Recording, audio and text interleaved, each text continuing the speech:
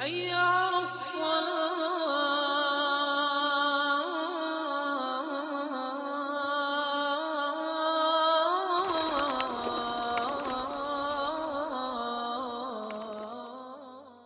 یہ ویڈیو اسلامی ہونے کی وجہ سے اس میں کسی قسم کا بھی میوزک استعمال نہیں کیا جائے گا۔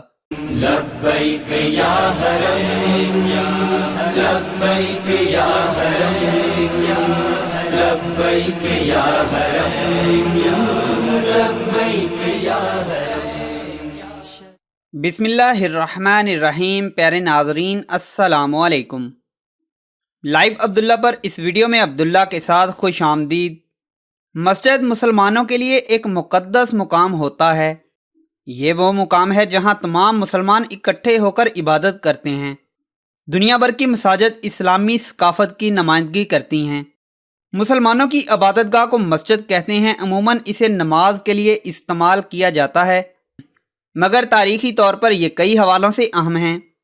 مثلاً عبادت کرنے کے لیے، مسلمانوں کے اجتماع کے لیے، تعلیمی مقاصد کے لیے، حتیٰ کہ مسلمانوں کے ابتدائی زمانے میں مسجد نبوی کو غیر ممالک سے آنے والے وفود سے ملاقات اور تبادلہ خیال کے لیے بھی استعمال کیا گیا ہے۔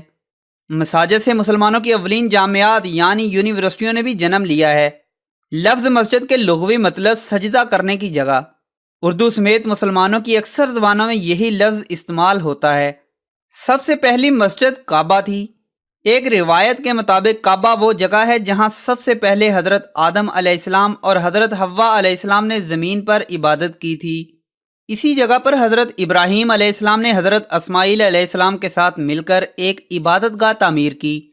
سعودی عرب کے شہر مدینہ منورہ میں واقع مسجد نبوی اسلام کا دوسرا مقدس ترین مقام ہے، اور اس مسجد کی خوبصورتی دیکھ کر انسان کی سانسیں تھم سی جاتی ہیں۔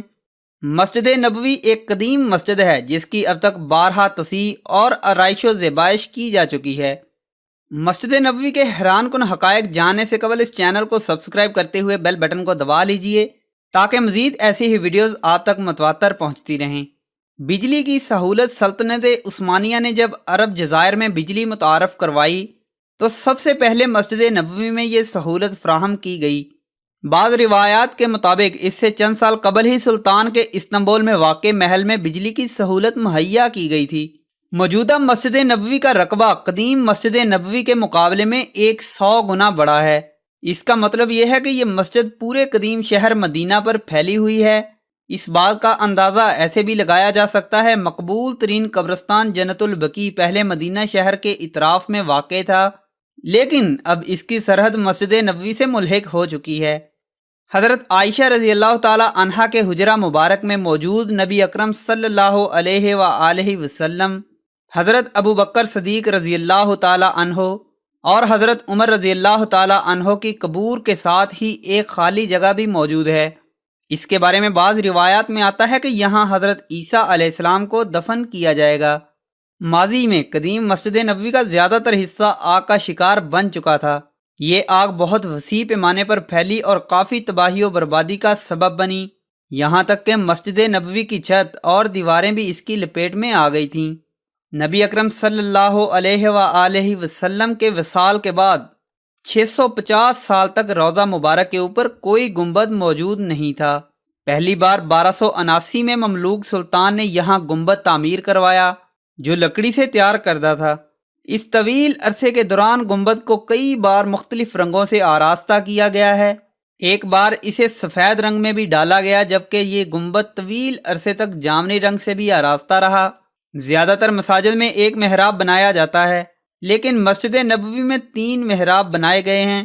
حالیہ امامت کے لیے استعمال ہونے والے محراب کے علاوہ دیگر محراب قدیم ہیں۔ ان میں سے ایک محراب کو سلمانیہ محراب کہا جاتا ہے، جسے سلطان سلیمان کے حکم پر تعمیر کیا گیا تھا۔ مسجد نبوی کے بعد مقدس ترین مقام بیت المقدس ہے، جو نہایت افسوس کے ساتھ اسرائیل کے قبضہ میں ہے۔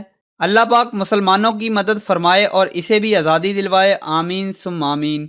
تو خیر پیارے ناظرین، اگر آپ کو یہ ویڈیو اچھی لگی تو اسے لائک اور اپنے دوستوں کے ساتھ ضرور شیئر کیجئے۔